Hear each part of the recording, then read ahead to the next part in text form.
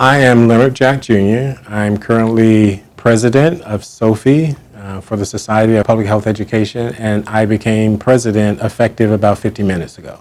In my day job, I am editor-in-chief of CDC's journal, Preventing Chronic Disease, and the National Center for Chronic Disease Prevention and Health Promotion at CDC, and CDC has allowed me to serve in a volunteer capacity as president of SOFI.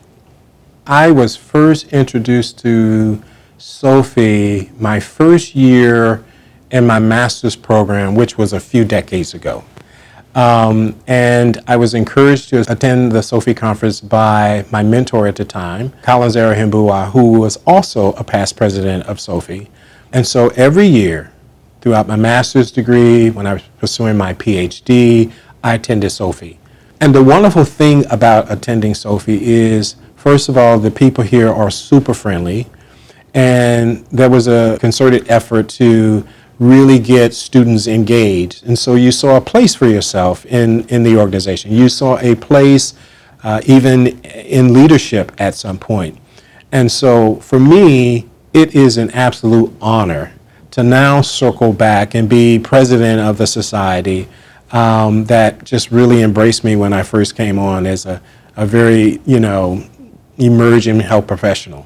So I think the most valuable part of me being a member of SOFI has been having access to some of the world's best researchers and practitioners. So when you come to this conference, you see a very in-depth program, right? But you also have an opportunity to collaborate with these individuals. Once you hear about what they're doing, you can approach them and say, I would like to have some additional conversation. And the network that you create as a result of being here, for me, has been a network that I've maintained over my life. And I think also SOFI has been extremely open to allowing you to get not only to the table, but also to lead initiatives once you're at the table. Being a student, when you come on board early doing that, you can't help but develop confidence. You belong, and you can't help but, develop a sense that your voice will be heard. SOFI is one of the world's leading national organizations when it comes to trying to find ways of improving the health of communities. And so where else would be a better place, right, than to be a member of SOFI and to get this kind of exposure? It's been, I think, really helpful in getting me to where I am professionally. But I think it comes down to the network that you develop at SOFI. And from that network, you have colleagues who have bought into the mission of SOFI, which is to improve the health of communities around the world. We share similar experiences that we've had. We share successes that we've been able to, bring about.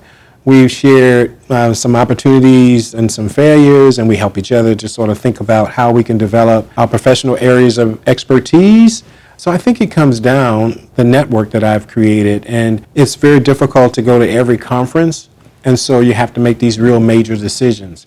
And so for me, a big part of that is feeling a sense of belonging, and I think that SOFI conference creates that not only during the conference time period, but in between. So it's that network for me. And one of the resources we make available to our members are the research journals and the practice journals. So those three journals are resources to all the members.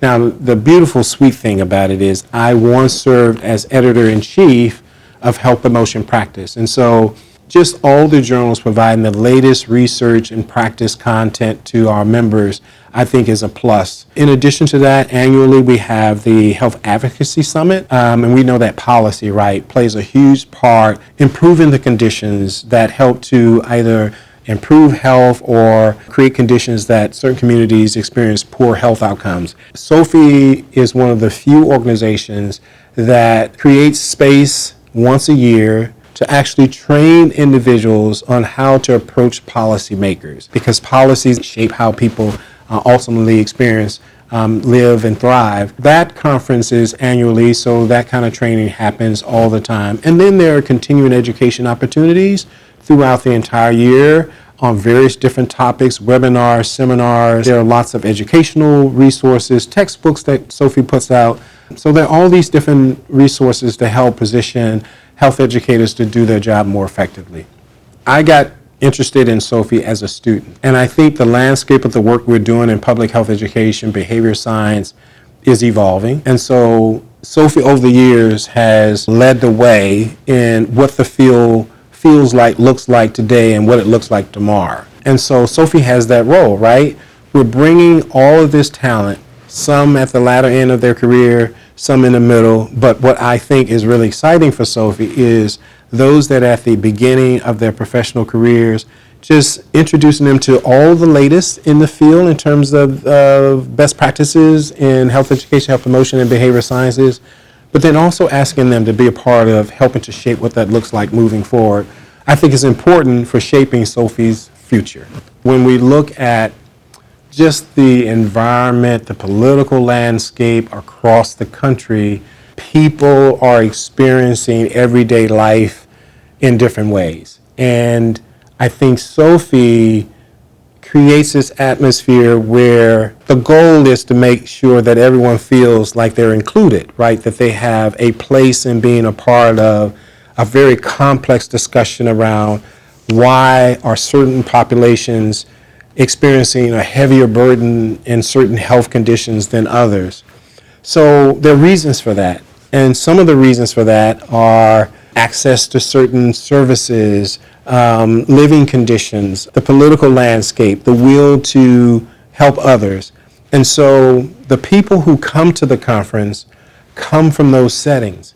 And so it's important to have an atmosphere where it is intentional that everyone feels that they are part of a community that supports one another, and that these diverse experiences from that lived experience in the real world can then be represented in all of us when we come to the table here, and we can all bring our unique training, our unique perspectives on how we go about trying to solve those problems, and we can do it in a way that's respectful. We can do it in a way that is encouraging. We can do it in a way that doesn't lift one group, one race, one political perspective, one type of academic training, age group over another. And I think it takes intentionality to create that kind of culture, and more so to really maintain that over time. But I think as a result of that, when people come, they see themselves having a place here. They see themselves being a part of a family of individuals who we are not all the same, but the goal in the end is the same. And I think that when you talk to people who say they've attended 15, 16, 7 conferences, I think that's what brings them back, because there are a lot of conferences that you can attend. But I think those are some of the tenets that could sort of explain why I think the culture here is unique, inclusive, and supportive and respectful. And that's one of some of the reasons why I believe people come back. I know that's the case for me.